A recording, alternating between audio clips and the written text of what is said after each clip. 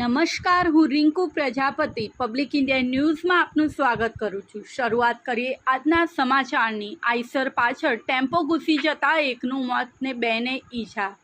Vasad Tarapur state highway પર ધર્મજ ગામના bridge નજીક આઈસર ચાલકે પૂર ઝડપે વાહન હંકારી ડિવાઈડર સાથે અથડાવ્યું હતું, ત્યારે પાછળથી આવી રહેલો દૂધ ભરેલો ટેમ્પો આઈસર સાથે અથડાતા દૂધના ટેમ્પામાં સવાર એક વ્યક્તિનું મોત નીપજ્યું હતું, તેમજ ડ્રાઈવર અને ક્લીનરને ઈજાઓ પહોંચી હતી, જ્યારે આઈસર ચાલક વાહન મૂકી નાસી ગયો હતો ને આ અંગે પેટલાદ ગ્રામ્ય પોલીસે કાયદેસરની કાર્યવાહી હાથ ધરી છે।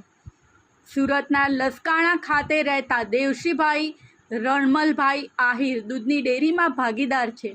ગત તારીખ 14 જુલાઈના રોજ તે પોરબંદરના બગોદરા ગામેથી પોતાના ટેમ્પામાં દૂધ ભરી ક્લીનર રાજેશભાઈ સાથે લસકાણા આવવા નીકળ્યા હતા, ત્યારે જામખંભાળિયાથી ડેરીના ભાગીદારના કુટુંબી ભાઈ પાલાભાઈ નુંધાભાઈ બહેરા મળ્યા હતા। તેમને પણ સુરત આવવાનું હોવાથી દેવશીભાઈએ ટેમ્પામાં બેસાડી દીધા હતા।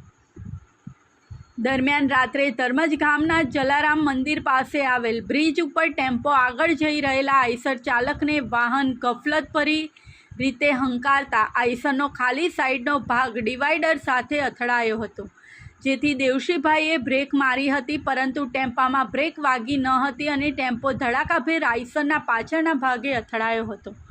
અકસ્માતમાં ટેમ્પામાં સવાર પાલાભાઈને ગંભીર ઈજાઓ પહોંચી હતી ને ડ્રાઈવર તથા ક્લીનરને શરીરે વધતા ઓછા પ્રમાણમાં ઈજાઓ પહોંચી હતી, જ્યારે આઈસરનો ચાલક વાહન ઘટના સ્થળે મૂકી ફરાર થઈ ગયો હતો ને આ અંગે 108ને જાણ થતાં ટીમ તરત જ ઘટના સ્થળે દોડી આવી હતી અને પાલાભાઈને તપાસી મૃત જાહેર કર્યા હતા, જ્યારે ઈજાગ્રસ્તોને પ્રાથમિક સારવાર આપી હતી।